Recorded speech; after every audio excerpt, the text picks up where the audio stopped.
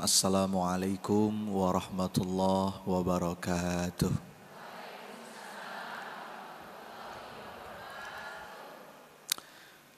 Alhamdulillah, alhamdulillahi haqqa hamdi, nahmaduhu wa nasta'inuhu wa nastaghfiruh, wa na'udzu billahi min sururi anfusina wa min sayyiati a'malina, may yahdihillahu fala mudhillalah wa may yudlil fala hadiyalah. Ashhadu an la ilaha illallah al-malikul haqqul mubin wa ashhadu anna Muhammadan abduhu wa rasuluh al-mab'utsu rahmatan lil alamin. Allahumma salli wa sallim wa barik ala Muhammad wa ala alihi wa ashabihi ajmain. Subhanaka la ilma lana illa ma 'allamtana innaka antal alimul hakim. Alhamdulillah. Apa kabar ibu-ibu? Sehat? Pagi hari ini insya Allah kita sedang berada di lapis-lapis keberkahan.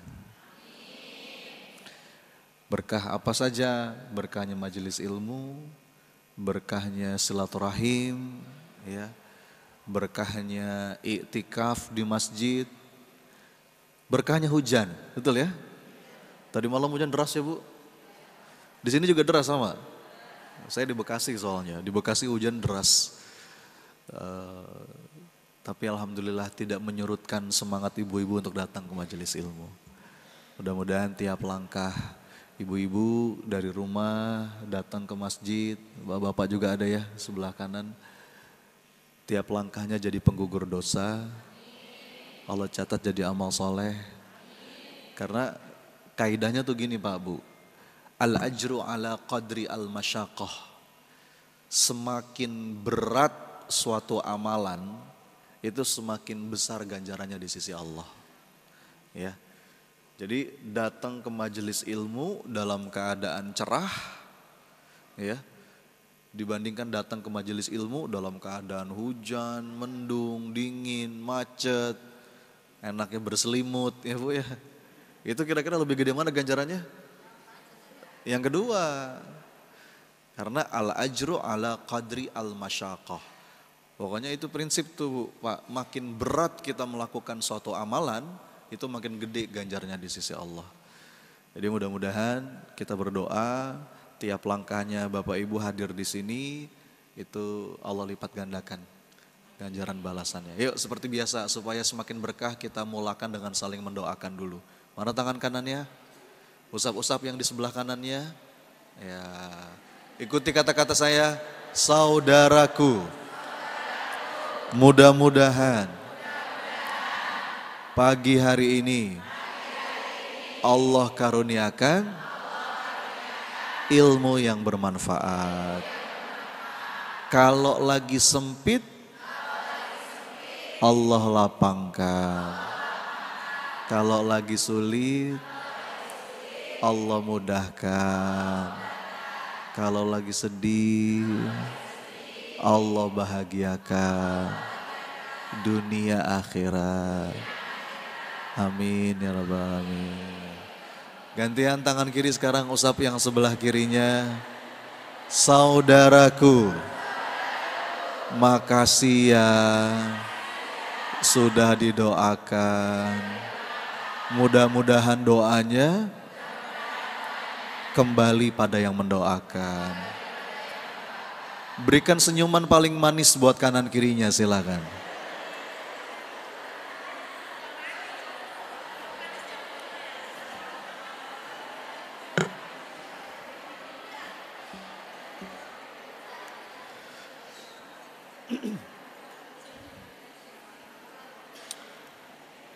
Alhamdulillah ibu-ibu, saya dapat amanah dari panitia, satu tema yang akan kita kupas pagi hari ini. Apa Bu temanya? La tahzan. Kaidah untuk bisa melepas kesedihan, kecemasan. Berarti saya berasumsi yang hadir di sini lagi sedih gitu? Alhamdulillah happy ya. Soalnya dari depan kelihatan wajah-wajah banyak masalah ini.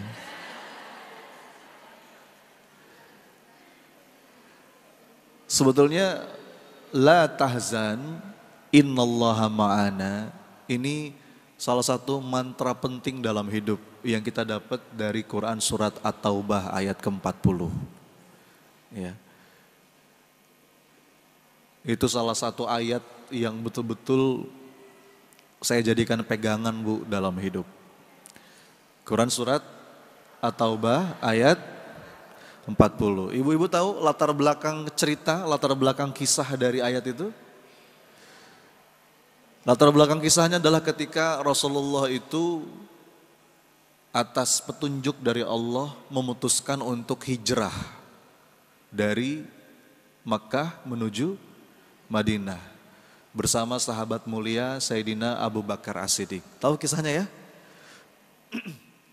Dalam perjalanan hijrah itu Bapak Ibu, Rasulullah itu dicari, hendak dibunuh.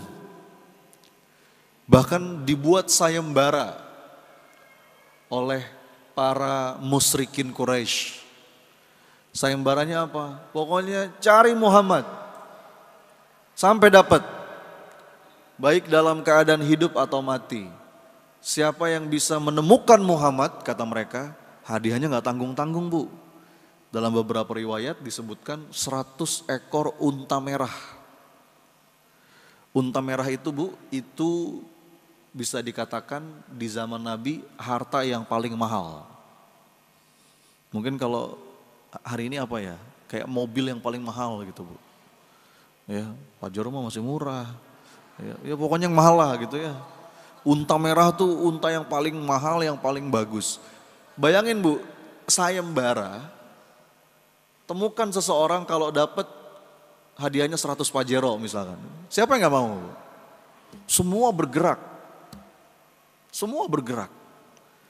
Pemuda-pemuda Quraisy dari berbagai macam kabilah itu mencari, hendak menangkap, bahkan membunuh Rasulullah Muhammad SAW. Kemudian Rasulullah berstrategi, berangkat dari Mekah ke Madinah itu tidak lewat jalur yang biasa, tapi lewat jalur yang lain. Nah ini penting nih, jadi strategi, rencana, perhitungan itu perlu kita lakukan. Jangan sampai atas dasar tawakal, kita mau bergantung aja Ustadz sama pertolongan Allah. Tapi kita gak berstrategi, enggak dong. Kita berstrategi, kita punya rencana, kita berhitung. Rasulullah juga sama. Rasulullah lewat jalan yang tidak biasa. Bahkan salah satu strateginya Rasulullah itu, Rasul naik ke atas gunung, namanya gunung apa? Jabal Thur. Gunung Thur. Ini kalau ibu-ibu pernah umroh atau haji, pasti pernah tuh berziarah ke Jabal Thur ya. Minimal kita lihat dari bawah. Di puncak Jabal Thur itu ada satu gua, namanya Gua Thur. Dan bagian dari strategi Rasulullah itu bersembunyi dulu tuh selama beberapa waktu, selama beberapa hari di Gua Thur itu. Ya, melibatkan ada anaknya Abu Bakar namanya Asma binti Abu Bakar yang membawakan makanan diam-diam ke atas gunung itu. Ada lagi anaknya Sayyidina Abu Bakar yang lain namanya Abdullah bin Abu Bakar yang itu tugasnya menggembala domba supaya menghapus jejak. Jadi ini perencanaan yang matang Bu, perencanaan yang matang. Ya, akhirnya dalam beberapa riwayat diceritakan sebetulnya beberapa pemuda Quraisy itu sudah curiga. Jangan-jangan di atas itu tuh. Bahkan ada beberapa yang sudah sampai naik ke atas Bu. Dan udah di depan gua.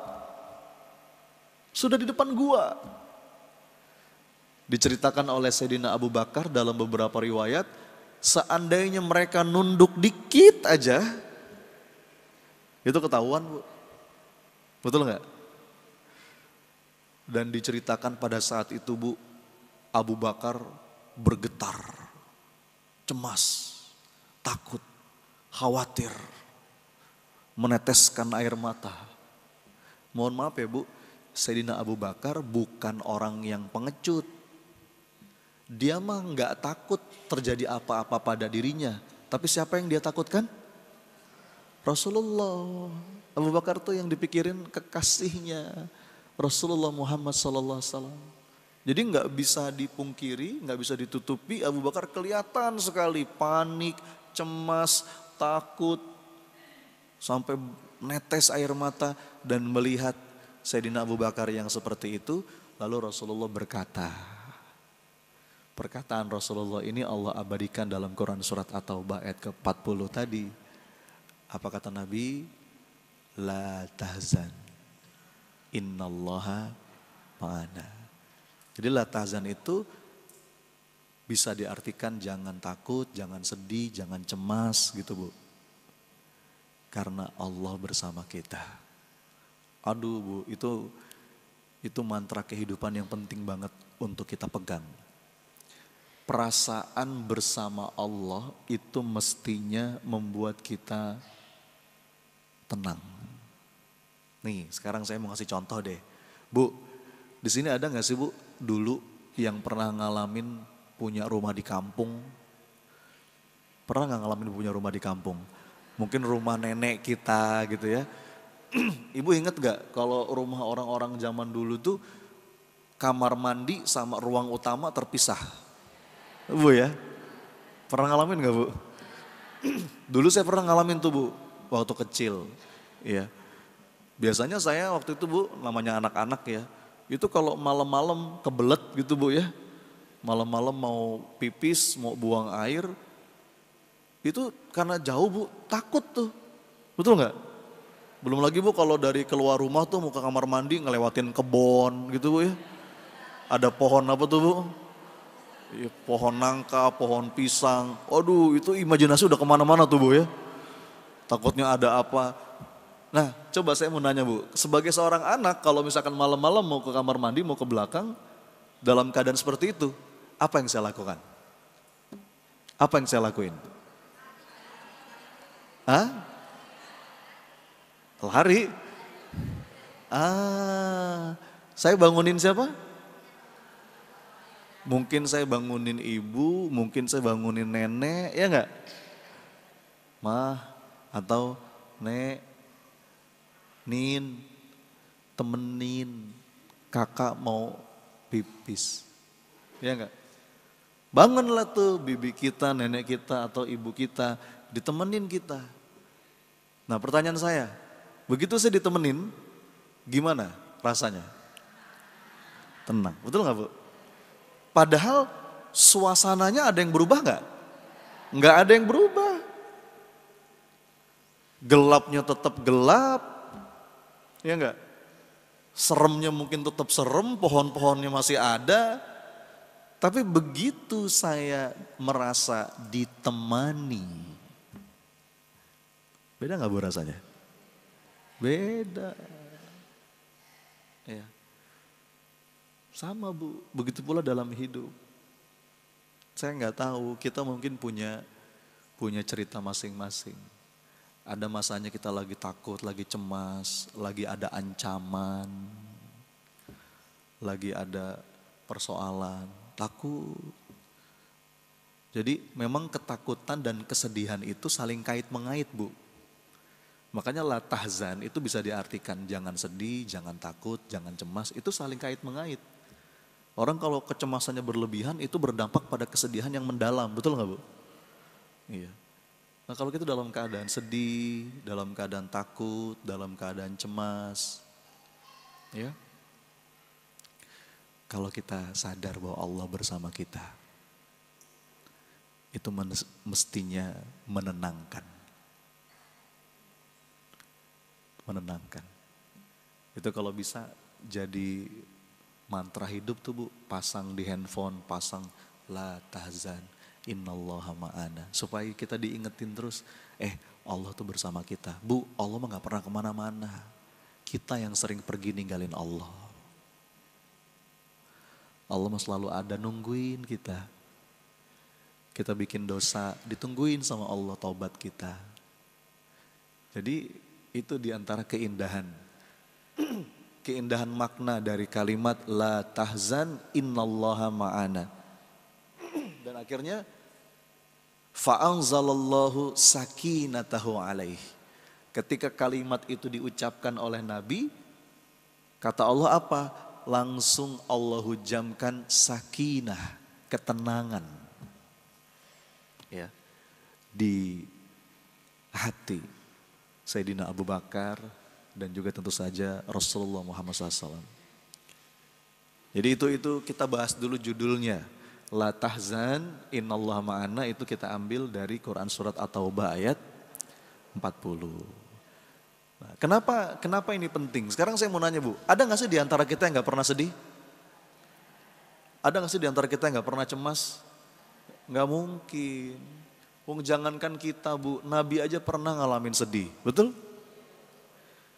Nabi Yakub itu sedih ketika kehilangan anaknya Nabi Yusuf alaihissalam. Rasulullah pernah sedih ketika kehilangan istrinya tercinta, Khadijah binti Khuwailid al-Kubra. Rasulullah itu pernah sedih ketika kehilangan pamannya Abu Thalib dalam keadaan belum beriman. Rasulullah itu sedih ketika berdakwah ke Taif, dilempari batu, berdarah-darah, hancur. Ya. Kakinya terluka. Sampai para ulama menyebut tahun itu dengan tahun kesedihan atau amul huzni. Siapa di antara kita Bu yang gak pernah sedih? Nabi aja pernah sedih. Nabi juga pernah cemas. Nabi Zakaria cemas sampai umurnya udah tua tapi kok belum juga punya anak. Tapi bagaimana kecemasan itu dibawa ke Allah, kesedihan itu dibawa ke Allah. Sebagaimana kalimat dari Nabi Yakub ketika sedih, qala innama ashku bathi wa huzni ilallah. Aku sedih dan aku mengadukan segala kesedihanku kepada Allah. Jadi siapa di antara kita yang gak pernah sedih Bu? Kita semua pernah. Bahkan kita harus terkadang merasakan sedih. Kita perlu loh Bu merasakan patah hati. Kenapa? Begitu hati kita patah, dari celah-celah patahan hati itu seringkali masuk cahaya hidayah. Sebagaimana kalimat dari Maulana Rumi, you have to keep breaking your heart until it opens. Wah, coba diulang Bu.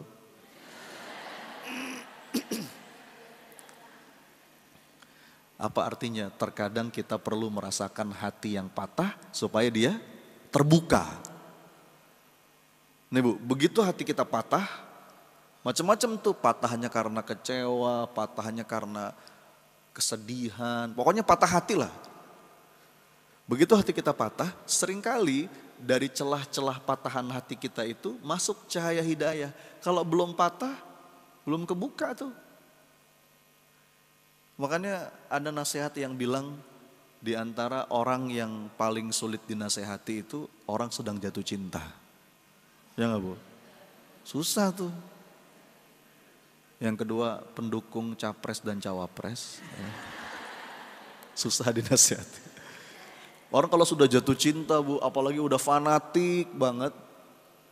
Wah susah tuh Bu, nanti ketemu kejeduk. Patah hati baru sadar. Ya. Jadi patah hati, kesedihan itu kalau sikapnya tepat, bagus buat psikologis kita. Termasuk Bu, ini punten ya karena banyak ibu-ibu di sini kan. Termasuk dalam mendidik anak, mendidik cucu. Itu tuh biarin Bu, anak tuh ngerasain patah hati. Biarin anak ngerasain kecewa. Itu bagus buat mentalnya. Jangan semua maunya diturutin. Akhirnya kalau dimanja, semua maunya diturutin, dia nggak pernah ngerasain gagal, dia nggak pernah ngerasain kecewa, dia nggak pernah ngerasain susah. Itu jadi anak lemah itu, ya. Disebut dengan mental fragile. Ibu tahu fragile, Bu? Fragile itu tulisannya fragile. Pernah baca nggak? Pernah. Baca di mana? Nah, ini kan tukang ngirim paket nih. Apa tukang nerima paket? Biasanya ibu-ibu kan jadi sohib tukang paket ya. Dikit-dikit paket. Itu kalau di paket tuh suka ada stiker tuh fragile. Fragile tuh dibacanya fragile. Fragile tuh apa? Mudah pecah. Mudah pecah, gampang rapuh. Ini kayak gelas, nih gelas fragile.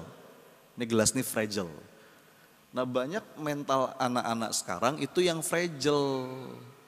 Gampang pecah. Dapat tekanan sedikit, kabur. Dikit-dikit healing, dikit-dikit healing. Bisa jadi itu faktor pengasuhan dari orang tuanya. Dimanja, biarin Bu, dia patah hati. Dia pengen sesuatu nggak kita kasih, dia ngambek, biarin. Dia belajar dari situ. Ya, jangan semua diturutin. Ya, itu masalah kata para psikolog. Kalau kita mungkin generasi sebelumnya nggak sebegitu fragile, gitu, lebih tangguh kalau secara resiliensi. Jadi poin saya apa? Kesedihan, patah hati, kekecewaan itu bagus. Banyak sekali dampak positifnya. Makanya kan sebetulnya Bu, kadang-kadang kita suka salah sih. Kita tuh suka membagi emosi tuh jadi dua. Ada emosi positif, ada emosi negatif. Itu salah, pembagiannya salah. Karena yang namanya emosi apapun itu sebetulnya semuanya sinyal positif. Emosi itu positif Bu. Termasuk sedih, kecewa, itu semua positif. Kalau kita bisa nangkep pesannya. Kalau lagi cemas, apa nih pesannya? Kalau lagi sedih, apa nih? Kalau lagi kecewa, apa nih pesannya?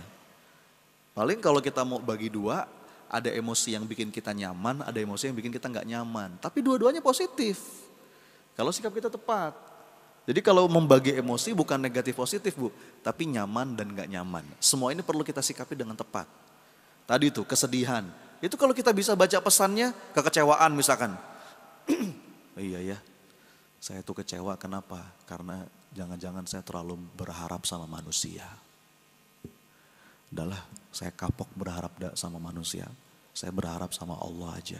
Jadi bagus nggak? Jadi bagus. Semua emosi, termasuk yang nggak enak, itu bawa pesan. Dan kalau kita bisa baca pesannya dan kita sikapi dengan sikap yang tepat, itu malah jadi bagus. Makanya kata Rasulullah kan ajaban li amril mu'min inna amrohu kullahu khair. Semua urusan orang beriman tuh baik, nggak ada yang nggak baik. Enak nggak enak, sesuai harapan nggak sesuai harapan, ujungnya baik kalau kita sikapi dengan iman. Jadi kesimpulannya apa? Di awal ini saya mau ngomong kesedihan, kekecewaan, patah hati itu baik. Hanya saja jangan sampai kelewat batas. Segala sesuatu kalau udah overdosis jadi nggak bagus, betul nggak Bu? Kesedihan itu kalau sudah overdosis setan seneng. Setan seneng Bu. Nih saya bacain kalimat dari Imam Ibnul Qayyim. Kata beliau, al-huznu yudha'iful qalbah. Kesedihan itu melemahkan hati.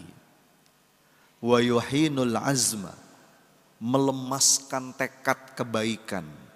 Wa yudirul iradata, dan menghilangkan kemauan berbuat baik. Orang kalau lagi sedih tuh Bu, ini kalau udah sedihnya kelewat batas, pasti lemes, betul gak Bu? Gak punya tekad, gak mau ngapa-ngapain, bawaannya mager, betul gak? Kita kalau lagi sedih ngapain sih Bu pengennya? Kan gak mau ngapain Bu ya? Ada gak di sini kalau lagi sedih cuci piring gitu? Beres-beres rumah? Kalau ada bagus lah itulah. Saya sedih Ustadz, saya mau beres-beres rumah. Nah itu bagus lah itu. Enggak ada. Secara psikologis, normalnya kita sebagai manusia, kalau lagi sini kan nggak mau ngapa-ngapain bu. Apa-apa jadi males. Itu setan senang bu. Bahkan kalimat terakhirnya nih. Apa kata Imam Ibnul Qayyim? La syai'a ahabbu ila syaitani min huznil mu'min. Apa artinya? Tidak ada sesuatu yang lebih disenangi setan melebihi seorang mukmin yang bersedih hati. Tuh, Bu. Makanya kalau ibu-ibu pengen di like sama setan gampang. Gimana caranya? Sedih. Setan seneng. Mukanya ditekuk gitu kan. Ngakunya beriman. Padahal kata para ulama orang beriman itu mestinya orang paling bahagia bu dalam hidupnya. Dengan kacamata iman kita selalu bisa menemukan keindahan dalam setiap takdir kehidupan. Makanya indikator yang paling jelas kolbu itu hidup, iman itu terhujam ke dalam jiwa apa? Bahagia bu. Qul bifadlillahi wa birahmatihi fabidzalika falyafrahu. Happy, wajahnya cerah, ceria. Para sahabat tuh bu ya. Rasulullah, para sahabat, para ulama itu wajahnya tuh cerah, ceria bu. Enak dilihat. Apakah mereka gak punya masalah? Masalahnya banyak. Kita mah gak ada seujung kukunya. Betul gak? Gak usah jauh-jauh deh bu. Nih, masalah kita sama masalah saudara-saudara kita di Palestina, di Gaza. Jauh gak bu? Jauh. Kita mah cengeng bu. Anda lihat ya. Anda lihat tayangan-tayangan. Ya Allah, ya Rabb. Betapa teguhnya iman mereka. Kehilangan segalanya bu. Masih aja kalau di kamera tuh happy. Ya. Kita semuanya nyaman, masih baut aja mukanya. Komplain terus. Para sahabat dikisahkan di antara ciri penghuni surga itu bu, itu mukanya enak dilihat. Ya, cerah, senyum.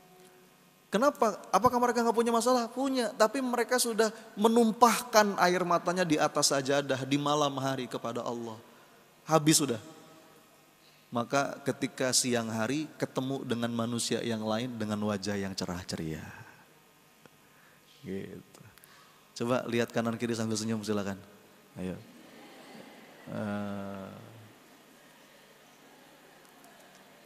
Bahkan kata Nabi itu sedekah. Jadi kalau kita ngaku kita beriman, tapi kok masih banyak rudetnya, masih banyak ruwetnya. Nah itu something wrong. Karena tadi itu ayatnya, Allah nyuruh kita bahagia. Qul bifadlillahi wa birahmatihi fabidzalika falyafrahu. Jadi kebalikannya, kalau setan itu sukanya sedih, maka Allah itu juga kepingin hamba-hambanya bahagia bu. Kenapa Allah turunkan Quran, Allah utus para nabi, Allah berikan petunjuk hidup supaya kita menemukan kebahagiaan. Bukan kebahagiaan semu, tapi kebahagiaan yang hakiki. Nah gitu ya. Nah sekarang pertanyaannya, tapi itu gimana dong Ustadz? Gimana dong coach?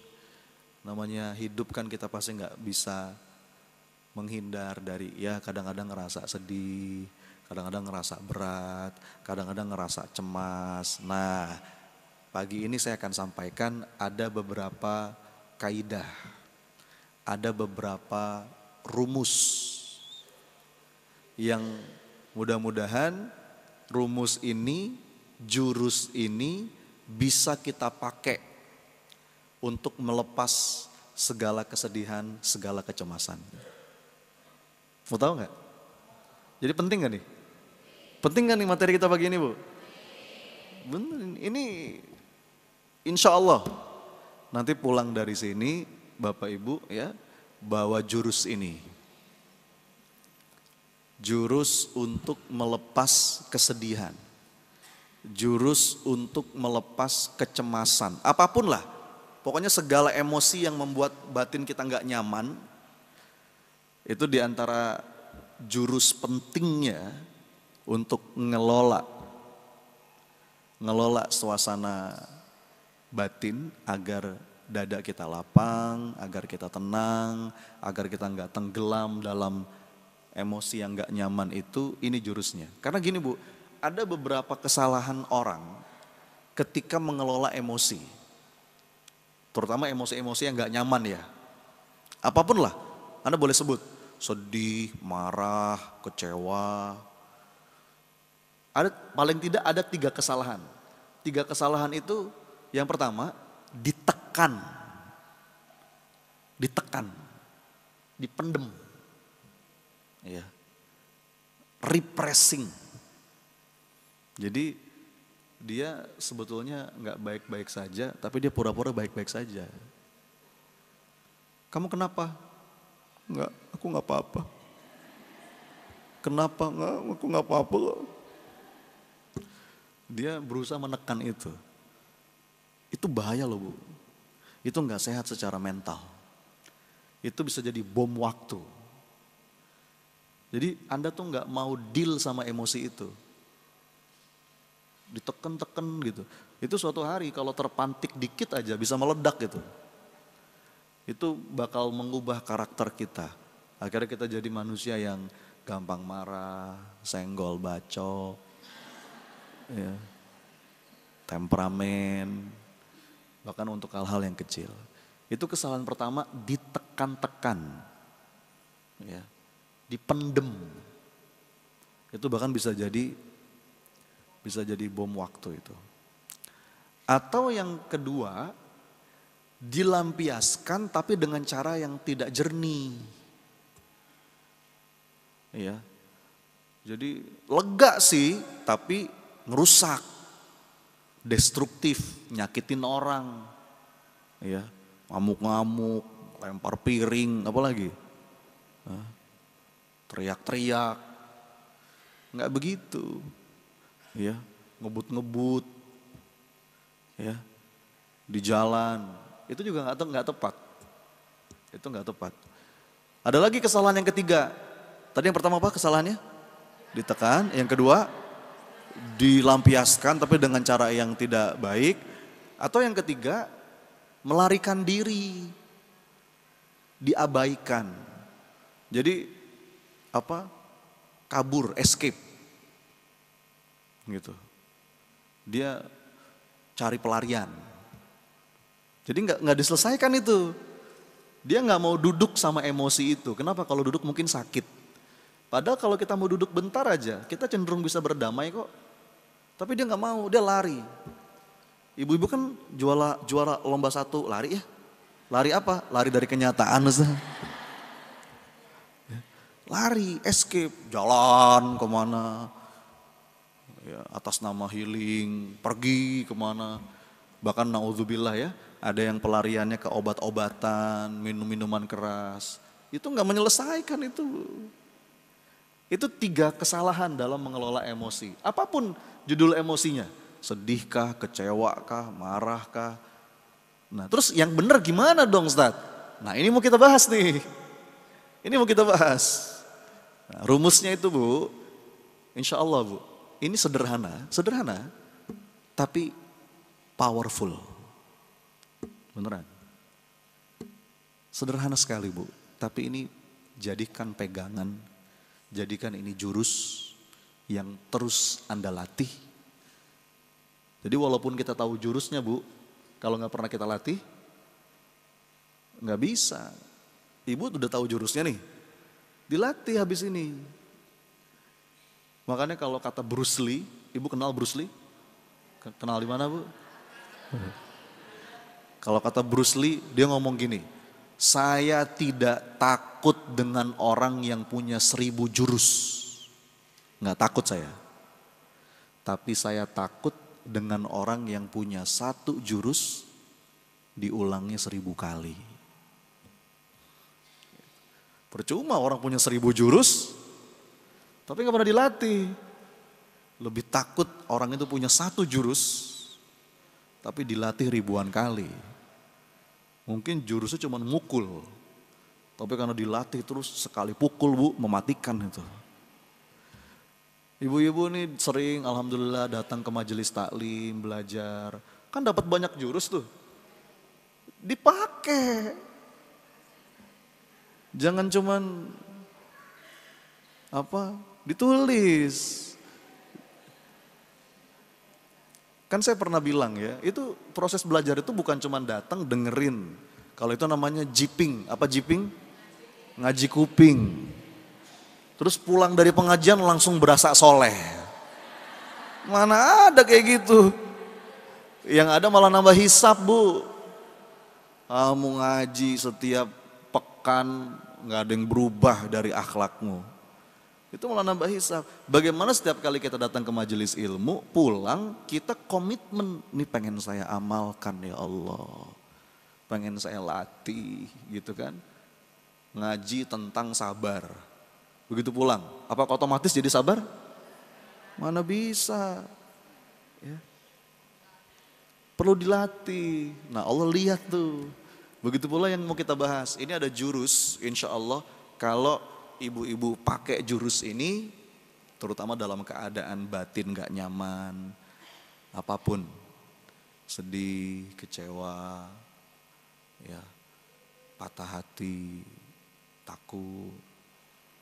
Ini mudah-mudahan jadi jurus yang ampuh. Mau tahu nggak? Mau tahu nggak? Mau aja apa mau banget? Sederhana Bu, tapi powerful. Terus terang, ini udah saya simplifikasi lah. Ibu-ibu belajar teori tentang pengendalian emosi. Wah rumit. Itu bidang saya.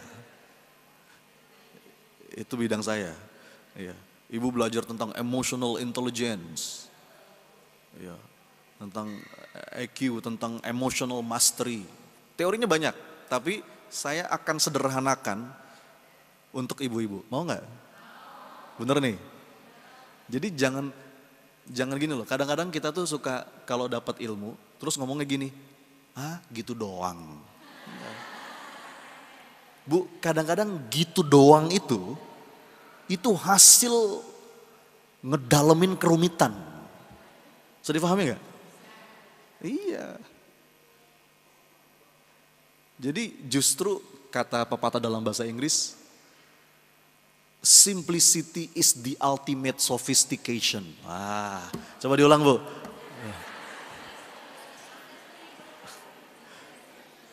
Simplicity, kesederhanaan, itu seringkali adalah puncaknya kerumitan. Jadi kadang-kadang kita dengar dari para ulama, gitu doang. Padahal gitu doang itu tuh Bu, itu hasil belajar panjang tuh. Oh ternyata ini intisarinya. Ya. Saripati. Ya. Jadi ini jurus yang mau saya kasih ini setidaknya hasil belajar saya belasan tahun. Saya jadi trainer, ya, ngedalamin tentang happiness science, ngedalamin tentang pengendalian diri, pengendalian emosi. Betul Bu, ini pada intinya ini rumusnya. Waduh, mahal nih. Ya. Gampang, sederhana Bu. Supaya gampang diingat, saya kasih judul, jurusnya itu 3M. Coba diulang, apa? Apa itu 3M? Memakai masker, mencuci tangan, menjaga jarak. Bukan itu ya. Ini 3M yang lain. 3M untuk Anda bisa menjadi master dari emosi Anda. 3M agar Anda bisa mengendalikan, mengelola, melepas segala ketidaknyamanan batin. Udah siap? M yang pertama. Apa M yang pertama? Mengaku. Coba diulang. Sekali lagi. Ini M yang pertama. Ini pintu gerbang paling awal untuk pemulihan jiwa. Ngaku. Kenali apa yang Anda rasa, sadari itu, izinkan itu hadir dalam batin Anda dan akui. Akui. Ya Allah, aku sedih. Ya Allah, aku sakit hati. Ya Allah, aku kecewa. Ngaku. Ya. Kenapa? Karena beberapa orang itu denial. Tadi itu denial itu dia menyangkal. Ya, dia menyangkal. Kamu nggak apa-apa? Aku nggak apa-apa kok. Aku nggak apa-apa. Ya. I'm okay. Gwencana yo. Kita pura-pura baik-baik saja padahal kita tidak sedang baik-baik saja. Padahal it's okay to not be okay. Waduh, itu judul drama Korea katanya Bu. It's okay to not be okay. Nggak apa-apa kok kalau kita nggak baik-baik saja. Namanya juga manusia Bu. Tadi saya bilang, Nabi aja pernah ngalamin yang namanya suasana batin yang itu mungkin bikin dia hampir sempit dadanya. Jadi gak apa-apa, izinkan. Allow yourself to be human. Izinkan bahwa kita ini manusia. Kita bukan malaikat, kita bukan robot. Kita bukan AI. Iya, coba Ibu tanya sama AI. Ada kan di WhatsApp ya? Ibu tanya, wahai ChatGPT, apakah Anda pernah bersedih? Coba aja, pengen tahu jawabannya apa? Pasti jawabannya, tidak, saya ini robot, saya ini program. Dia mungkin tahu segalanya, tapi dia nggak pernah tuh ngalamin, namanya bukan manusia. Lah kita kan manusia Bu. Jadi akui, sadari. Segala sesuatu yang tidak kita sadari itu nggak bisa kita kendalikan. Makanya Bu, ini pintu gerbang awal pemulihan. Ini pintu gerbang awal penyembuhan batin. Ya. Karena orang itu kalau sudah ngaku aja Bu, itu udah setengah jalan tuh. Termasuk penyakit-penyakit hati. Misalkan kemarin ada orang curhat sama saya, Mas Sony, saya tuh Mas masih suka sombong, saya tuh Mas masih suka ria. Dia udah ngomong gitu aja Bu, itu udah luar biasa. Dikit lagi sembuh itu. Beberapa orang aku gak mau. Itulah bedanya penyakit fisik sama penyakit hati. Kalau penyakit fisik, orang cenderung ngaku. Dan dia akan berjuang sekuat tenaga untuk penyembuhan. Ngaku. Ditanya dokter, gimana Pak Bu? Dok, pusing dok. Sakit perut dok. Lambung nih dok. Pinggang nih dok. Ngaku kalau sakit fisik. Tapi kalau penyakit hati, orang cenderung denial, nggak ngaku. Kamu sombong ya? Enak aja saya sombong, kamu yang sombong gitu. Padahal Bu, kalau penyakit fisik itu bisa menggugurkan dosa. Kalau kita ridho, tapi kalau penyakit hati itu nambah dosa. Penyakit fisik apa sih paling efeknya? Penyakit fisik paling efeknya tidak bisa merasakan lezatnya makanan. Kalau lagi sakit fisik kan Bu, kadang-kadang sate juga nggak enak, semua nggak enak. Es kelapa nggak enak, ya. Tapi kalau sakit hati, penyakit hati, yang hilang itu kelezatan ibadah. Nauzubillah. Ya. Kalau sakit fisik kan paling makan nggak enak Bu. Kalau penyakit hati Bu, ibadah yang nggak enak Bu. Ya. Kalau sakit fisik, tadi tuh, kalau dia ridho jadi penggugur dosa, ya. Semakin dia merasakan sakit makin gede yang dihapus dosanya, dan kalau meninggal bisa husnul khotimah.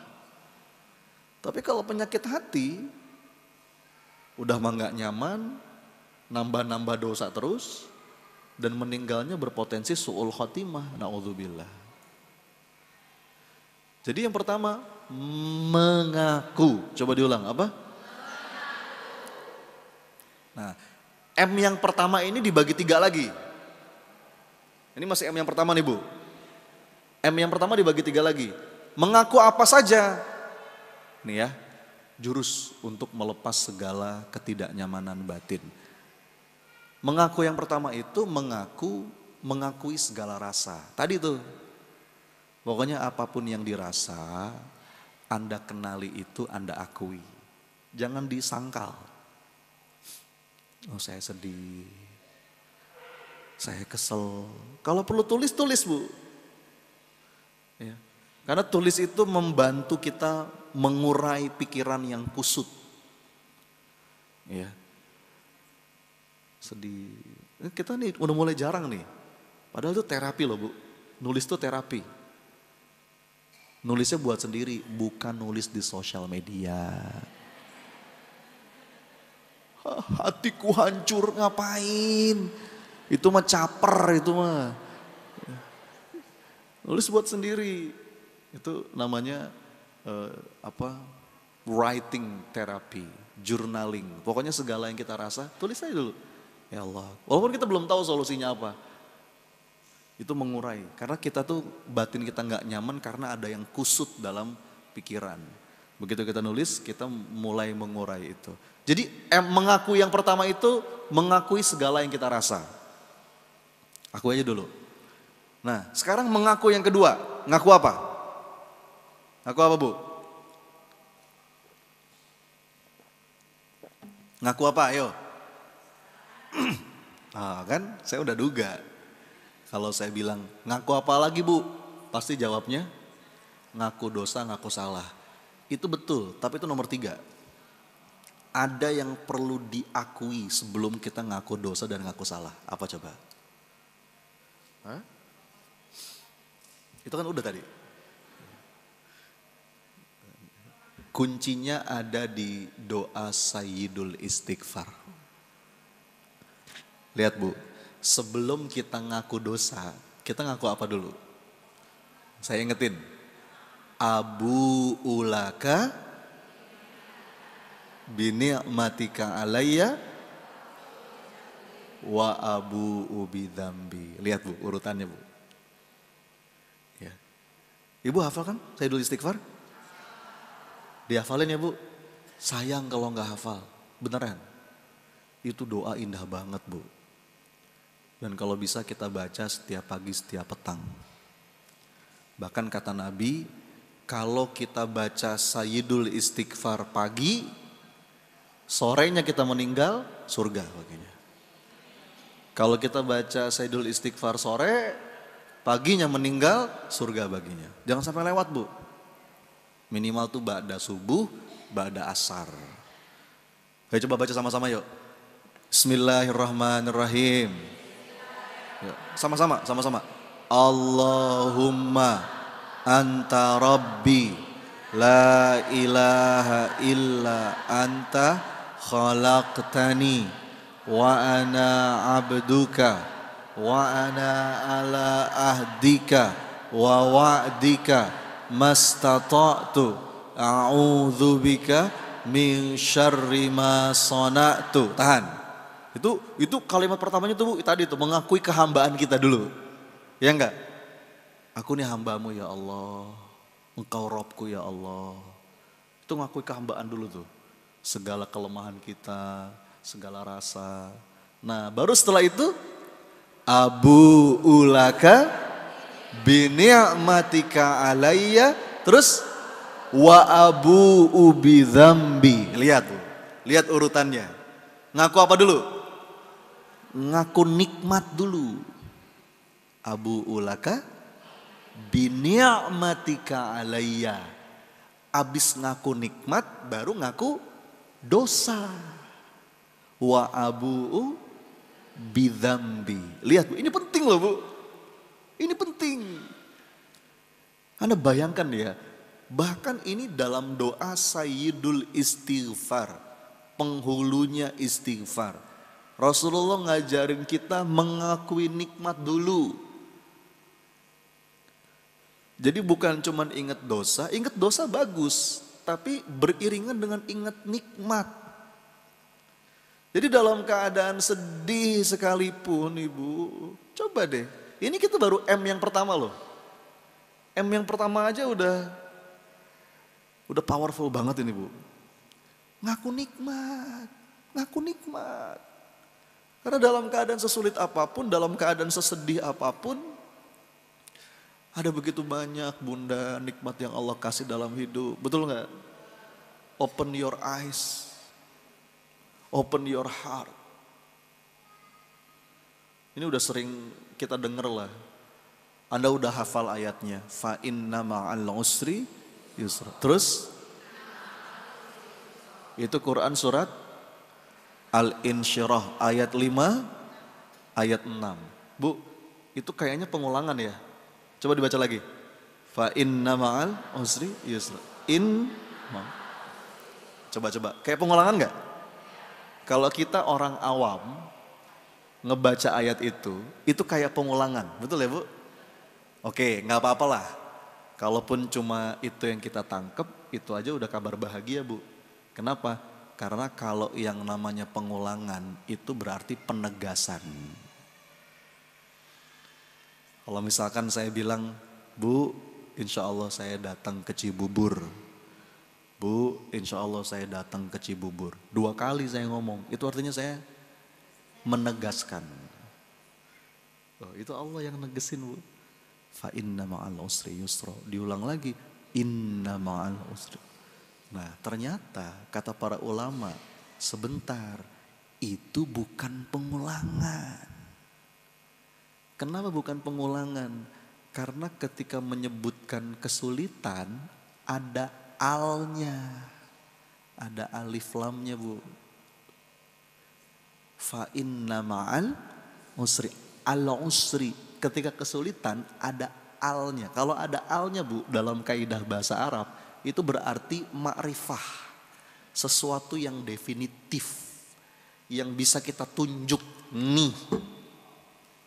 Al-usri. Tapi ketika menyebutkan kemudahan itu enggak ada alnya.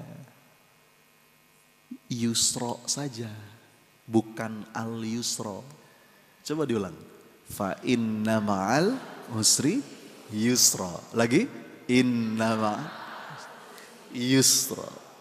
Yusronya Bu, itu enggak pakai al. Kalau enggak pakai al, dalam kaidah bahasa Arab, itu namanya nakiroh.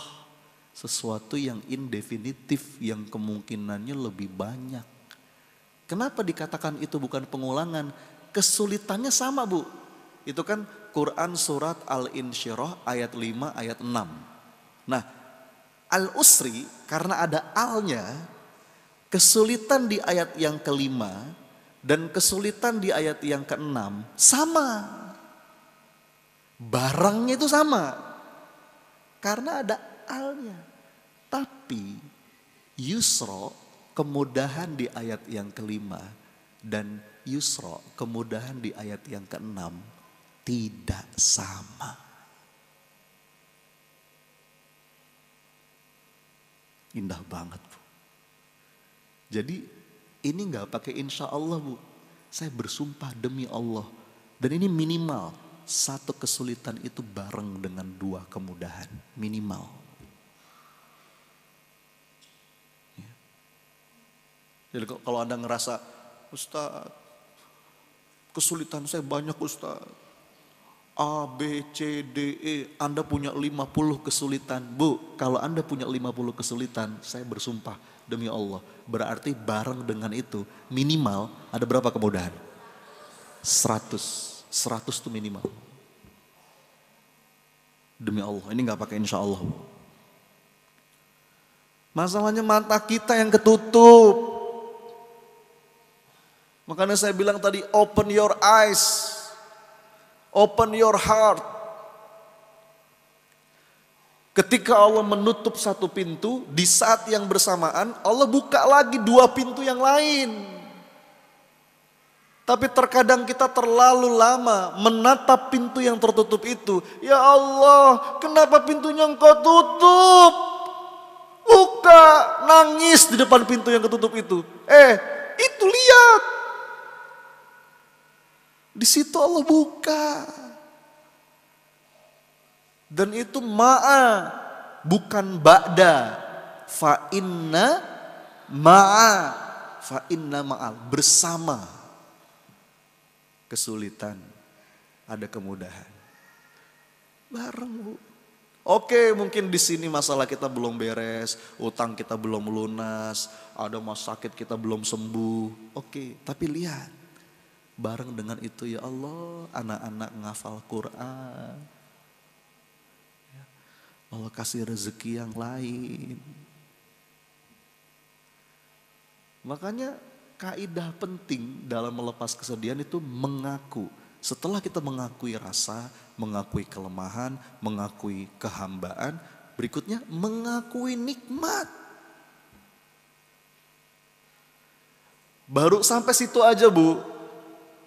Itu udah bisa sembuh tuh sedihnya.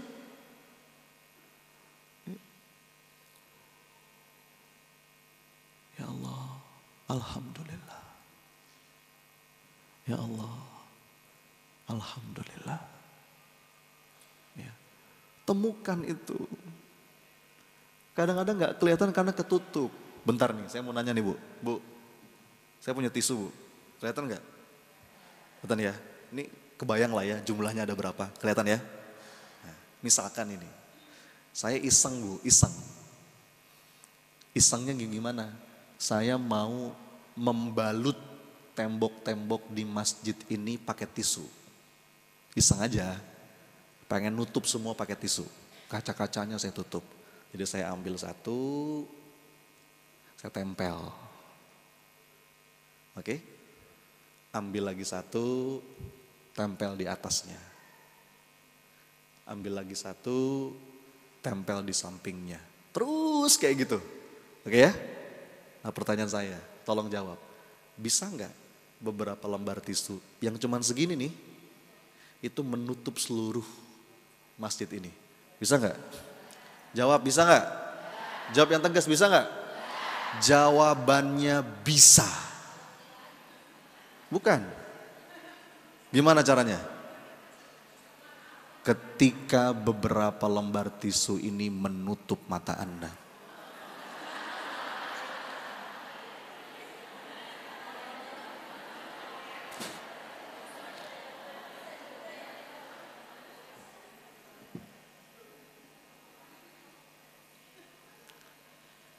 Poin saya apa? Bu, Pak, titip, jangan sampai masalah-masalah kita yang mungkin belum selesai, hajat-hajat kita yang mungkin belum tercapai, yang sebenarnya cuma segini, tapi itu menutup mata kita dari jutaan nikmat lain yang sudah Allah kasih.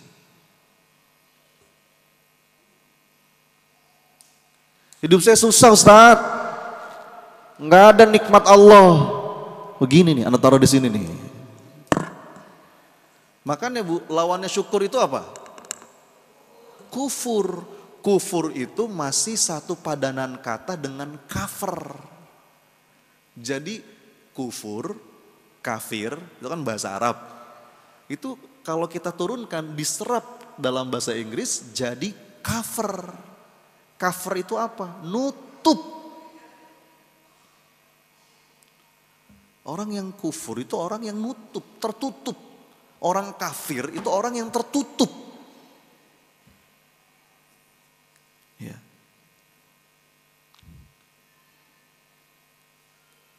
Semoga Allah karuniakan kepada kita hati yang peka atas begitu banyak nikmat yang Allah anugerahkan. Kalau kata guru saya, Son, ada dua nikmat yang paling puncak dalam hidup. Dua nikmat primer, yang lain sekunder. Kadang-kadang kita tuh Bu, untuk bersyukur kebanyakan syarat. Padahal kata guru saya, Son, kalaupun kamu mau ngasih syarat, 2 saja. Apa? 2 nikmat primer dalam hidup, bernafas, bersujud. Coba diulang. Nafas Bu. Alhamdulillah ya Allah. Kalau guru saya bilang, kalau kamu belum sadar nafas ini nikmat, coba kamu main ke kuburan. Kamu tahu nggak apa yang paling diinginkan sama orang-orang yang sekarang udah dikubur? Apa Bu? Ya Allah, bisa nggak balik lagi bentar aja memperbaiki amal. Betul Bu? Dan kita masih dikasih. Guru saya bilang, setiap nafas yang kamu hirup itu adalah cinta dari Allah. Makasih ya Allah, kita masih dikasih kesempatan nebus dosa, masih bisa dikasih kesempatan memperbaiki amal. Makasih ya Allah. Yang kedua Bu, bersujud. Sujud itu nikmat Bu, nggak semua orang dikasih hidayah untuk mau sujud, betul nggak? Manusia sekarang ada miliaran Bu, nggak semuanya diberikan taufik, diberikan hidayah untuk mau sujud. Makanya sujud itu nikmatin Bu, makasih ya Allah, Engkau karuniakan kepada hamba hidayah untuk mau sujud. Dan sujud itu kan sedekat-dekatnya seorang hamba dengan Robnya. Ketika seorang hamba itu diilhamkan untuk sujud, itu berarti Allah lagi pengen berdekat-dekat dengan hambanya. Udah yang lain mah sekunder Bu. Primer itu 2 itu. Makanya ada 2 istilah yang perlu kita bedakan. Ada sujud syukur, ada syukur sujud. Apa Bu? Sujud syukur, syukur sujud. Bedanya apa? Kalau sujud syukur, kita bersujud untuk mensyukuri suatu nikmat. Betul nggak? Ibu-ibu dapat rezeki apa? Sujud. Nah itu sujud syukur. Ya, dapat hadiah apa? Suami mungkin dapat rezeki apa? Kita sujud. Makasih ya Allah. Anak diterima di kampus favorit, sujud. Makasih ya Allah. Itu namanya sujud syukur. Atau pemain bola habis ngegolin, bagi yang muslim ya, selebrasinya sujud. Itu sujud syukur. Sujud untuk mensyukuri suatu nikmat. Tapi jangan lupa ada yang kedua. Yang kedua apa? Syukur sujud. Maksudnya apa? Lah, sujudnya itu sendiri yang kita syukuri. Makasih ya Allah. Masih dikasih kesempatan sujud. Masih bisa dengar suara azan. Makan masih enak ya Allah. Tidur masih nyenyak. Cobalah Bu, sesekali aja nih kalau pas lagi makan ya. Anda pandangin tuh piringnya. Alhamdulillah ya Allah. Bahkan Bu, para ulama itu menceritakan, ini serius. Ada hamba-hamba Allah yang mendapatkan ridho dari Allah hanya karena makan. Ada hamba-hamba Allah yang jadi kekasih Allah itu hanya karena makan. Kan biasanya Bu, untuk jadi kekasih Allah gimana? Mungkin tahajud, betul nggak? Ada seorang hamba yang tahajud, nggak putus. Jadilah dia disayang sama Allah. Ada yang lewat jalur sedekah. Jadilah dia disayang sama Allah. Ternyata Bu, para ulama menceritakan, ada loh hamba-hamba Allah yang itu betul-betul Allah sayang hanya karena makan. Lewat jalurnya jalur makan Bu. Loh kok bisa? Karena seorang hamba ini Bu, setiap kali mau makan, dia tatap nasinya, dia berdoa setiap suapan. Ya Allah, alhamdulillah. Makasih ya Allah.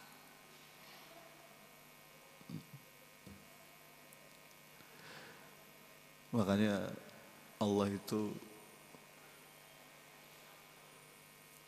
akan menambah nikmat bagi mereka yang mampu menghargai, menghayati apa-apa yang sudah Allah kasih. Jadi mengakui, ini masih M yang pertama nih Bu. Kita mau bahas berapa M? 3. Ini baru M yang keberapa? Yang pertama. M yang pertama apa tadi? Mengaku. Mengaku kan dibagi lagi ya. Yang pertama tadi tuh, mengakui rasa, mengakui kelemahan, kehambaan. Nah yang kedua mengakui nikmat. Nikmat. Baru setelah ngaku nikmat, abu ulaka bini'matika alayya. Setelah itu, wa abu ubi dzambi. Mengakui apa? Mengakui dosa. Baru ngaku dosa. Jadi dadanya lapang, Bu. Kadang-kadang kalau cuma ngaku dosa tapi tidak beriringan dengan ngaku nikmat, itu menyempitkan dada. Akhirnya kita kayak putus asa gitu. Ya. Oh ini emang aku pantas mendapatkan ini semua, ini karena dosa-dosaku. Itu betul, itu bagus. Tapi mesti berimbang. Ya. Jadi ada ngaku nikmat, ngaku dosa. Ya Allah, astagfirullah. Rabbi inni zolamtu nafsi faghfirli. Atau doanya Nabi Yunus, la ilaha illa anta subhanaka inni kuntu minadh. Atau doanya Nabi Adam, Rabbana zolamna anfusana wa illam taghfir lana wa tarhamna lanakunanna minal khasirin. Kata Nabi dalam sebuah hadis, man lazimal istighfar ja'alallahu min kulli haznin farahan. Barang siapa yang mendawamkan istighfar, maka Allah akan mengganti kesedihannya menjadi kebahagiaan. Dan ternyata Bu, mengakui dosa itu juga bisa mengundang cintanya Allah. Nih Bu, Pak, saya bacain ya. Ada tulisan bagus banget. Ini tulisan dari teman saya. Bagus banget Bu. Saya suka sama tulisan ini. Saya mohon izin bacakan, Anda simak ya. Kenapa saya suka sama tulisan ini? Karena saya merasa tulisan ini kok mewakili banget gitu. Mewakili banget. Judul tulisannya, apakah Allah mencintaiku? Saya bacain ya. Apakah Allah mencintaiku? Pertanyaan ini membuatku introspeksi. Iya ya, Allah tuh cinta gak ya sama aku? Kemudian untuk menjawab pertanyaan ini, aku coba menemukan jawabannya dengan membuka Quran.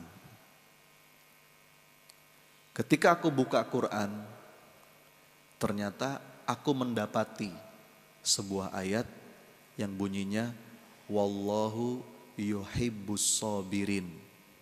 Allah mencintai orang-orang yang sabar. Lalu aku lihat diriku. Sepertinya ayat ini bukan untukku. Kenapa?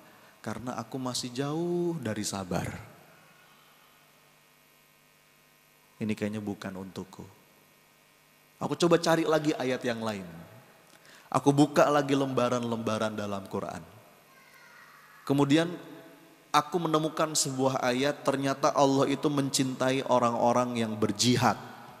Orang-orang yang bersungguh-sungguh dalam ketaatan. Lalu aku lihat diriku. Kok sepertinya aku merasa ayat ini bukan untukku. Kenapa? Aku masih jauh dari kesungguhan. Kadang-kadang melawan hawa nafsuku saja masih kurang kesungguhanku. Aku buka lagi lembaran-lembaran lain dalam Quran.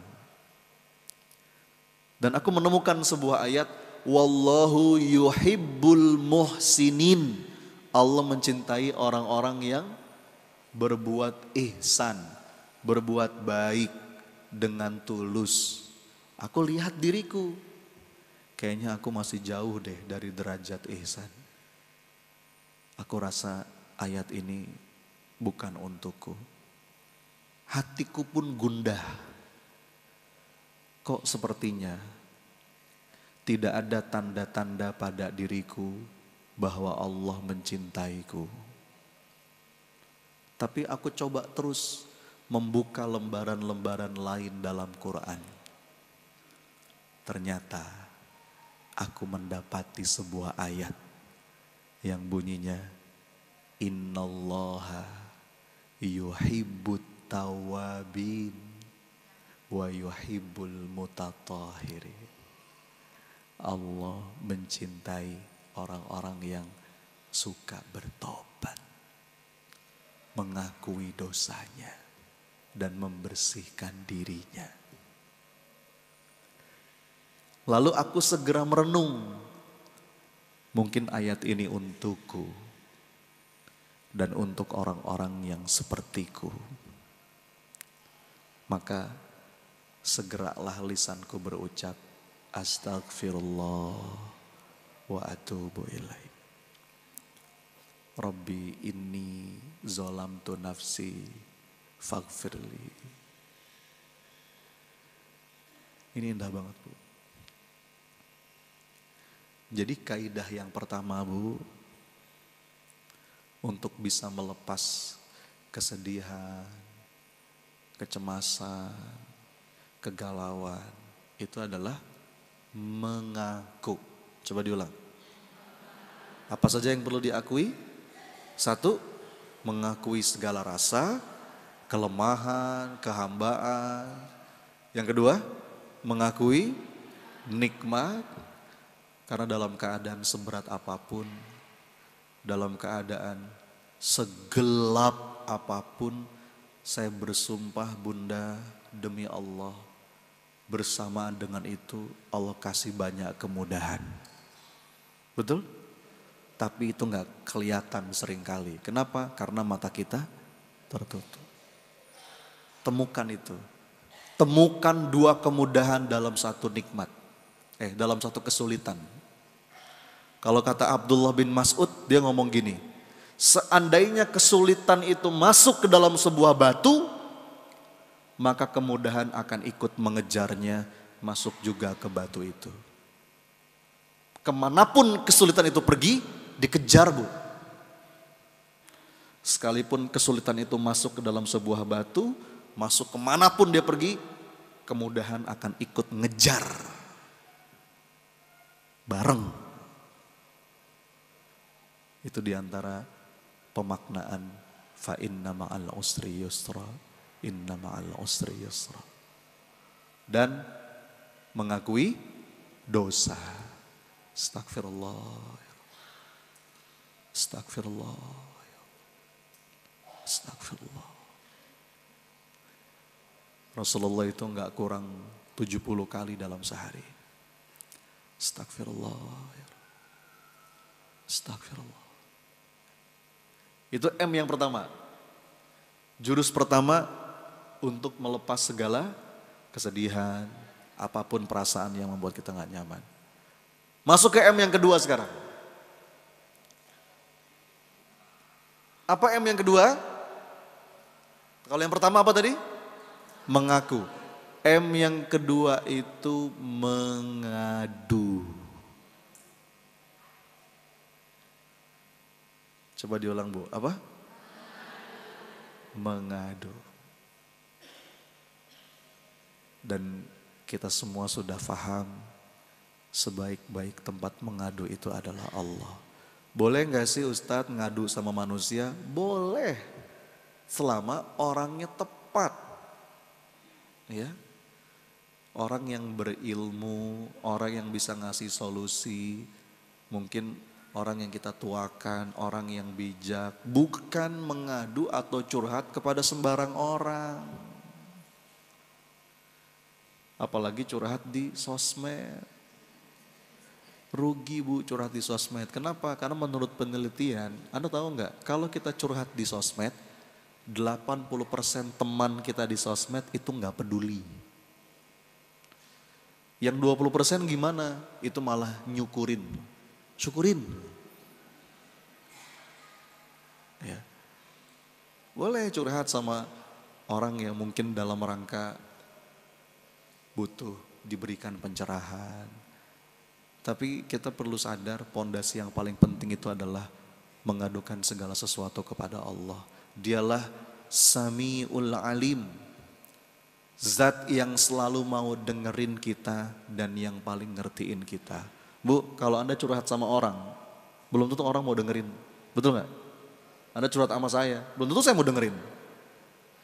Belum tentu saya peduli.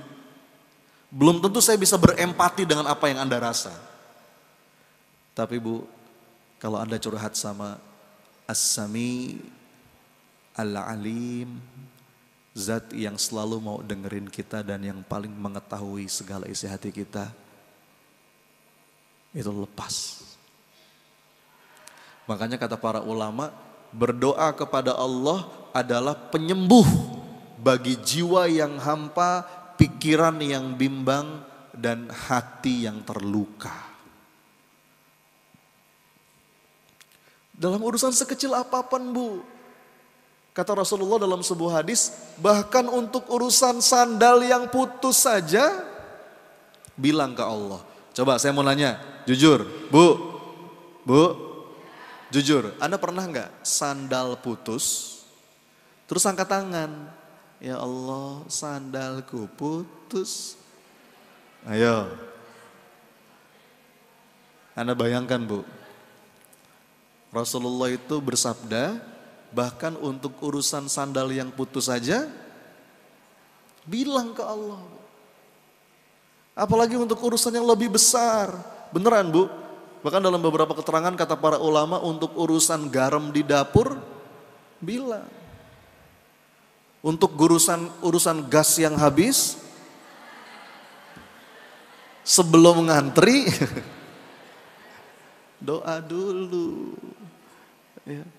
Bu, saya titip banget kalau bisa anak-anak kita, cucu-cucu kita diajarin Bu yang kayak gini.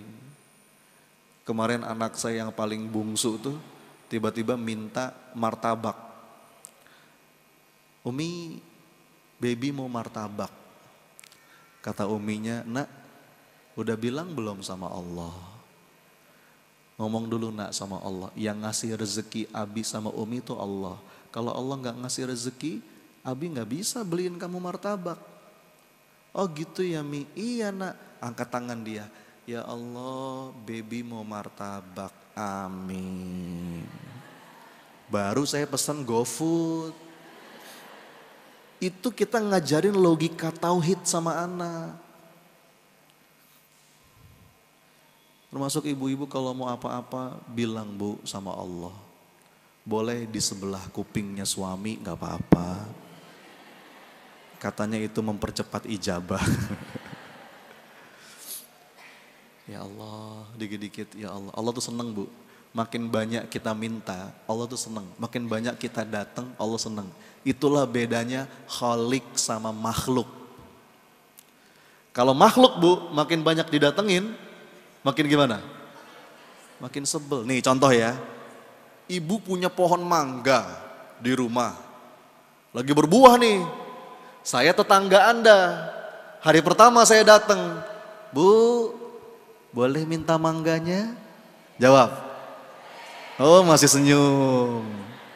Masih senyum. Nanti kira-kira 2-3 hari kemudian saya datang lagi. Bu, boleh minta mangganya? Udah mulai beda senyumannya tuh ya. Nanti 2 hari lagi saya datang, baru saya lewat depan rumah Anda udah bilang, mau minta mangga kamu ya.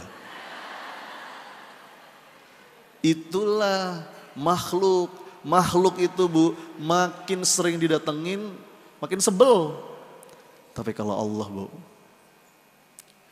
makin sering kita datang, Allah makin senang. Ya Allah, dikit-dikit, ya Allah. Dikit-dikit, ya Allah. Kalau kata Maulana Rumi Bu, Rumi itu punya syair begini, bagus banget.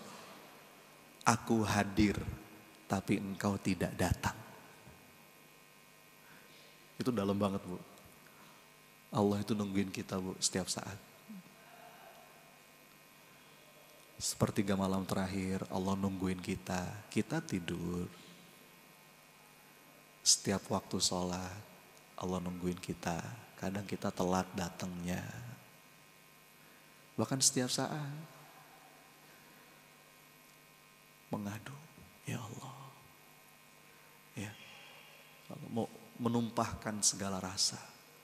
Kayak kalimat Nabi Yakub tadi, qala innama ashku bathi wa huzni ilallah. Itu penyembuh banget, Bu. Mengadu kepada Allah tuh bisa lewat doa, bisa lewat zikir, bisa lewat sholat. Sholat tuh yang paling lengkap. Berdekat-dekat dengan Quran. Jadi intinya jeda. Jeda itu penting. Ya. Supaya kita tidak reaktif. Pokoknya kalau ada apapun emosi yang muncul di ruang batin, jangan ikutin pikiran otomatis. Karena kalau pikiran otomatis itu sering ditunggangi sama syaitan. Namanya was-was. Jeda dulu. Jeda itu penting, Bu. Ya. Saking pentingnya jeda, kita diminta satu hari minimal 5 kali jeda. Betul? Lewat apa? Sholat itu jeda, Bu. Bahkan kata Nabi, ya Bilal, arihni bis sholah. Wahai Bilal, istirahatkan kami dengan sholat. Anda bayangkan, Bu, Rasulullah itu memandang sholat sebagai istirahat. Kan beda banget sama kita ya. Kalau kita memandang sholat, beban. Padahal sholat itu untuk melepas beban. Banyak masalah dalam hidup terjadi karena kita nggak jeda. Termasuk ibu-ibu kalau mau belanja, jeda ya, Bu ya. Jeda. Pokoknya ada keinginan belanja, jeda dulu. Karena kadang-kadang kita butuh waktu aja, Bu. Butuh waktu aja kadang-kadang. Ada kemarin di Bogor, ada seorang ibu curhat sama saya. Sampai nangis gitu. Ustadz, kenapa Bu? Ustadz, doain saya Ustadz, supaya saya tegar. Kenapa Bunda? Saya baru ditinggal sama suami saya Ustadz. Meninggal dunia. Semakin saya berusaha tegar Ustadz, saya nggak bisa tegar. Karena kemana-mana saya ingat suami saya Ustadz. Saya ngelihat restoran yang itu, ingat suami saya. Pernah makan di sana. Saya ngelihat itu, ingat suami saya. Saya emang nggak pernah kemana-mana Ustadz, kecuali sama suami saya. Sekarang Ustadz, suami saya udah nggak ada. Saya nggak bisa tegar Ustadz. Semakin saya berusaha tegar, makin nggak bisa. Apa jawaban saya? Bu, ibu nggak usah berusaha tegar. Cuman satu saran saya. Apa? Take your time. Udah jalanin. Nanti begitu ada waktu, lama-lama pulih. Betul nggak? Kadang-kadang kita butuh waktu aja. Nggak usah buru-buru. Nah dalam jeda itu yang kita lakukan apa? Mengadu kepada Allah. Jadi kadang-kadang penyembuhnya itu waktu. Ya, penyembuhnya itu waktu, makanya nggak boleh reaktif. Kalau ada segala yang tidak nyaman, jangan diikutin pikiran otomatis, jeda dulu. Nggak boleh kita ngambil keputusan dalam keadaan nggak jernih. Bahkan istikharah dulu, minta dituntun dulu sama Allah. Ya Allah, kalau ini baik, tunjukkan. Kalau ini buruk juga tunjukkan. Jangan istikharahnya ya Allah, kalau baik jodohkan, kalau nggak baik perbaiki dia ya Allah. Itu maksa. Padahal boleh jadi apa yang kita anggap baik itu nggak baik menurut Allah. Begitu pula sebaliknya. Jadi mengadu kepada Allah. Terakhir Bu, yang ketiga. Coba diulang dulu, tadi yang pertama apa? Mengaku. Apa aja yang diakui? Mengakui segala rasa, kehambaan, kelemahan. Terus mengakui nikmat. Terus mengakui dosa. Yang kedua apa? Mengadu. Mengadu. Nih saya bacain dulu Bu ya. Ada sebuah doa dari seorang ulama, bagus banget. Isi doanya itu mengaku dan mengadu. Jadi gini Bu, doa itu bukan hanya minta. Ya, kadang-kadang kita suka menyempitkan makna doa. Doa tuh minta. Banyak loh Bu, contoh-contoh yang diberikan oleh Nabi, oleh para ulama. Berdoa, tapi isi doanya gak minta. Isi doanya cuma ngaku ngadu. Tapi itu powerful. Coba tuh yang tadi tuh, contoh doa Nabi Yunus. Itu kan ceritanya gimana Bu? Dia dalam 3 kegelapan, betul nggak? Gelapnya malam, gelapnya lautan, gelapnya perut ikan. Isi doanya ada minta nggak? Ya Allah keluarkan aku dari perut ikan ya Allah. Begitu nggak? Tapi isinya apa? La ilaha illa anta subhanaka. Kadang-kadang Bu, gini loh. Sebetulnya Allah tuh udah tahu apa yang paling kita butuhkan. Betul nggak? Tapi Allah minta kita datang. Kadang-kadang Bu, doa yang isinya nggak minta itu malah lebih powerful. Contoh, Anda punya anak nih Bu. Anaknya soleh, kalau Anda suruh nurut, nggak pernah bantah, pokoknya anak baik lah. Suatu hari sepatu sekolah anak Anda jebol, bolong. Terus anak Anda datang, dia nggak minta Bu. Dia nggak minta, dia cuman gini, Bu, sepatu kakak bolong nih. Ah tapi nggak apa-apa Bu, enak, masuk angin. Udah dia pergi aja, dia nggak minta. Anda gimana? Hah? Nangkep ya? Lihat doanya Nabi Ayub ketika sakit. Itu cuma ngadu loh Bu. Cuman begini, sakit puluhan tahun, bertahun-tahun.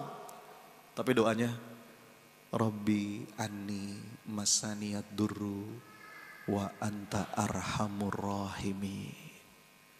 Dalam kalimat doanya tidak ada minta sembuh. Tidak ada. Cuman apa? Ya Allah, aku sakit. Dan engkau maha penyayang. Di antara maha penyayang. Waduh, itu cuma nyindir dikit Bu.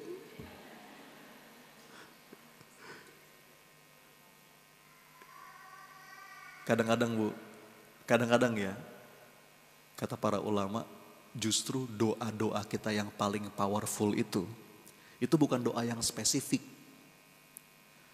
Kadang-kadang kita doa terlalu spesifik sih Bu. Ya Allah pengen punya mobil warna merah mereknya ini, kalau bisa tahun depan. Ya Allah pengen punya suami yang kumisan, gaji sekian juta per bulan. Kadang-kadang Bu, justru kata para ulama, doa yang powerful seorang hamba, itu bahkan kadang-kadang di saat dia udah gak bisa ngomong apa-apa lagi Bu. Karena mungkin saking beratnya, doanya cuman gini. Ya Allah.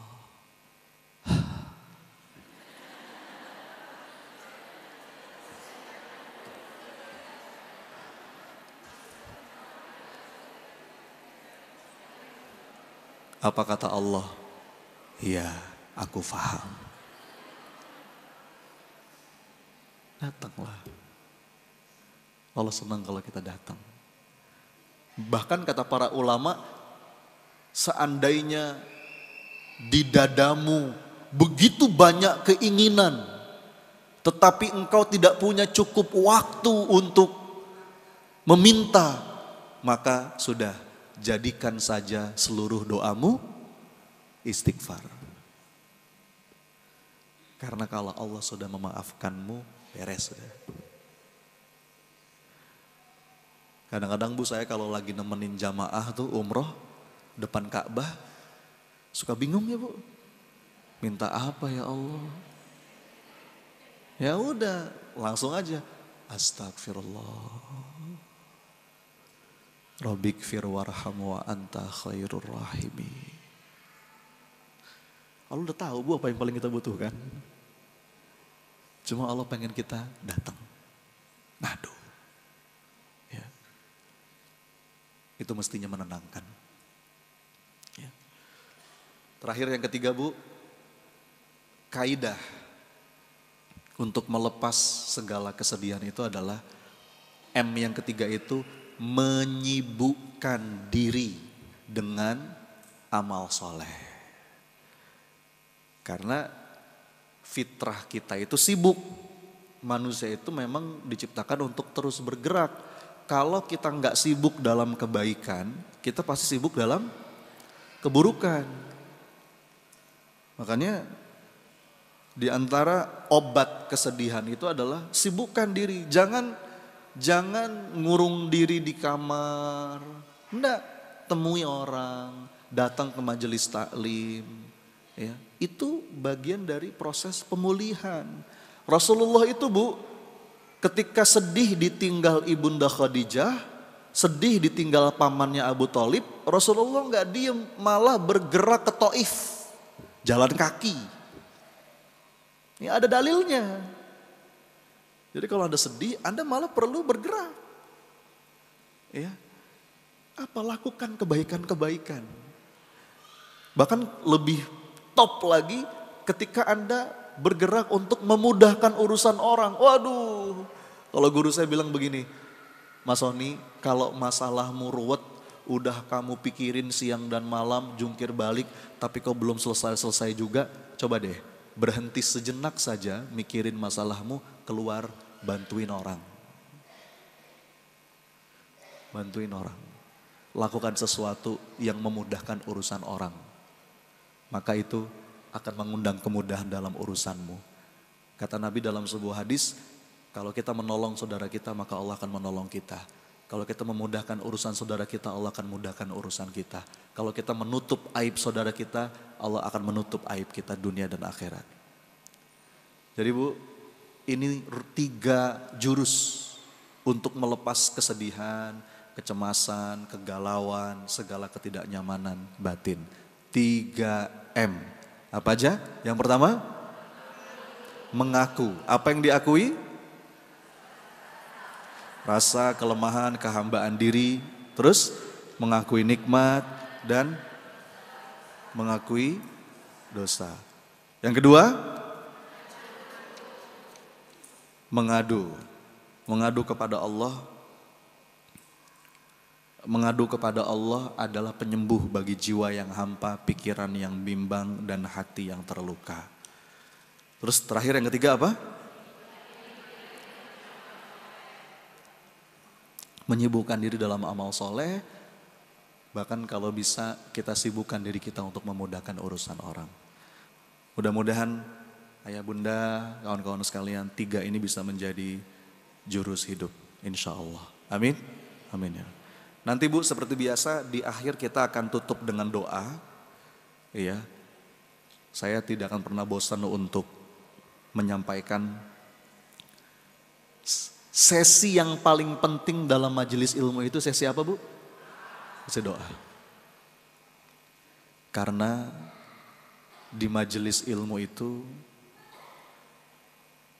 potensi ijabahnya lebih besar. Apalagi tadi saya bilang, kita di lapis-lapis keberkahan nih. Hujan, silaturahim. Kata Nabi, majtama'a qaumun fi baitim min buyutillah. Yatsluna kitaballah wa yatadarasunahu bainahum illa nazalat alaihimus sakinah wa ghasyyathumur rahmah wa khaffathumul malaikah wa dzakarahumullahu fi man indah. Kalau ada sebuah perkumpulan majelis ilmu di rumahnya Allah, maka Allah akan turunkan sakinah, ketenangan. Wa ghasyyathumur rahmah, rahmat. Bahkan untuk siapapun Bu. Ada sebuah riwayat, malaikat itu protes. Ketika Allah memerintahkan mencurahkan rahmat kepada yang hadir di majelis ilmu. Terus ada malaikat yang protes, ya Allah, itu ada orang nggak niat datang, dia cuma nganter duduk di pojokan gitu. Dia nggak nyimak juga materinya. Tapi apakah dia dapat ya Allah? Apa jawaban Allah? Dapat. Pokoknya Bu, majelis ilmu itu Anda hadirnya saja, perkara ngerti gak ngerti urusan lain. Anda hadirnya saja, itu dapat rahmat. Walau bagaimanapun majelis offline kayak begini nggak bisa digantikan oleh majelis online. Betul nggak? Berkahnya beda. Bu, kalau cuma pengen dapat ilmu, hari gini mah gampang. Betul nggak Bu? Hari gini gampang. Ibu nonton YouTube, ketemu dapat tuh ilmunya. Ibu atau minimal ikut Zoom meeting, dapat gak ilmunya? Tapi berkahnya beda. Apalagi Anda ikut Zoom meeting, kameranya mati, ustadznya ngomong, Anda cuci piring, rebahan, itu bermasalah tuh. Jadi kalau ibu melangkahkan kaki di majelis ilmu, itu niatnya pengen dapat berkah. Berkahnya beda. Yang kita minta tuh bukan cuma ilmu bu, tapi rezeki pemahaman. Makanya doanya Rabbi zidni ilman warzuqni fahman. Dan majelis ilmu itu mustajab. Kalau ada orang nanya, Ustadz, di mana ya Ustadz doa kita biar lebih besar diijabah kemungkinannya sama Allah? Oh di Mekah bu, di depan Ka'bah, di Multazam. Betul. Oh di Raudhah bu, di Madinah. Betul. Tapi kan jauh. Ada yang dekat. Di mana diantaranya? Di majelis ilmu. Makanya bu jangan main-main. Nanti ketika sesi doa, hadirkan hati. Ya.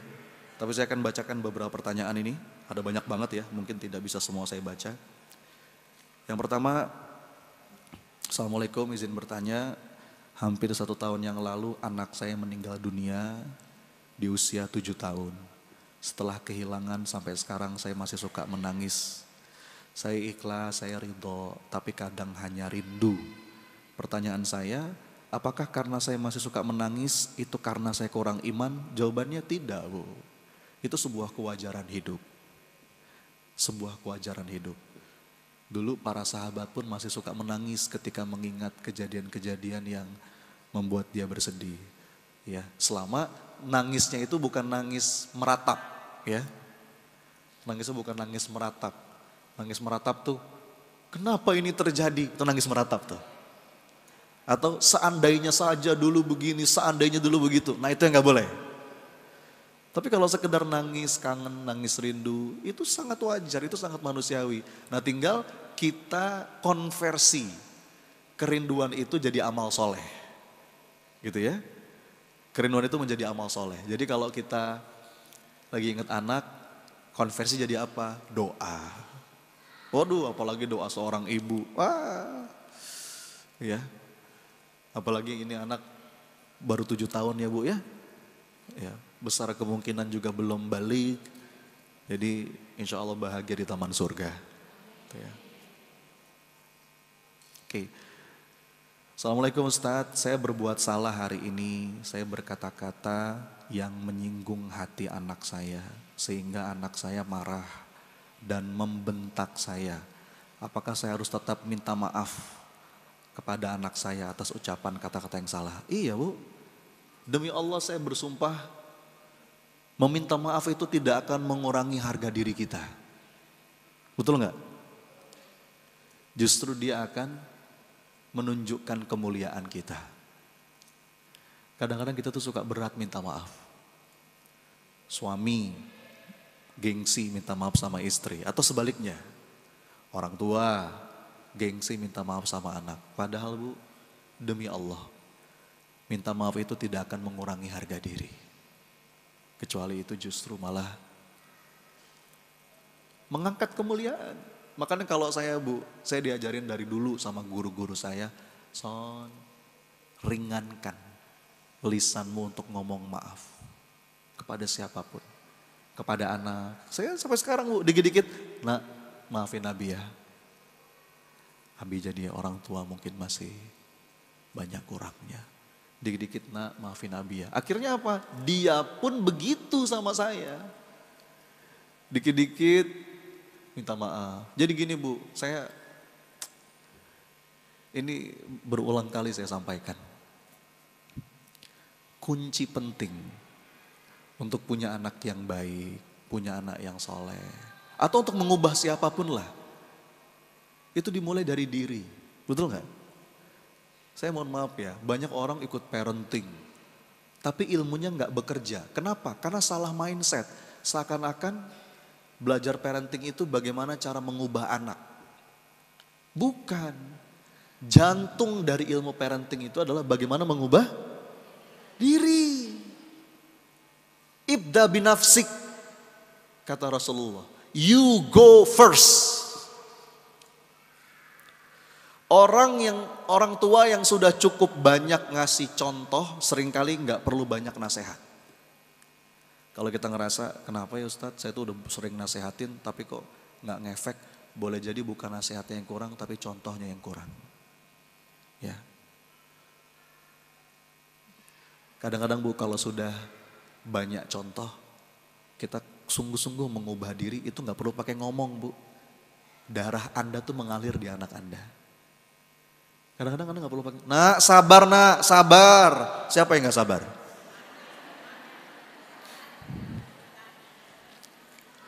Udah ibu bilangin jangan berisik, tahu gak? Siapa yang paling berisik Bu? Kamu itu sama adik sama kakak yang akur. Bapak sama ibunya berantem depan anaknya, gimana? Bu ini mohon maaf ya. Terus terang Bu. Saya tuh gimana ya, saya tuh gak pernah khawatir dengan kenakalan remaja. Serius, gak pernah khawatir saya. Kenakalan remaja, kenakalan anak-anak, saya gak pernah khawatir. Yang saya khawatirkan adalah kenakalan orang tua. Serius saya. Saya tuh ngelihat anak nakal, apalah contohnya. Saya lihat orang tuanya. Orang tuanya baik. Masya Allah, pemahaman tauhidnya bagus, sholatnya, ibadahnya. Udah tinggal tunggu waktu itu. Tapi kalau orang tuanya yang nakal, hopeless saya. Makanya kata guru saya, Son udahlah. Inti teori, ini kamu pengen punya anak yang soleh, anak yang baik, cuman 3 rumusnya. Apa? 1, example. 2, example. 3, example.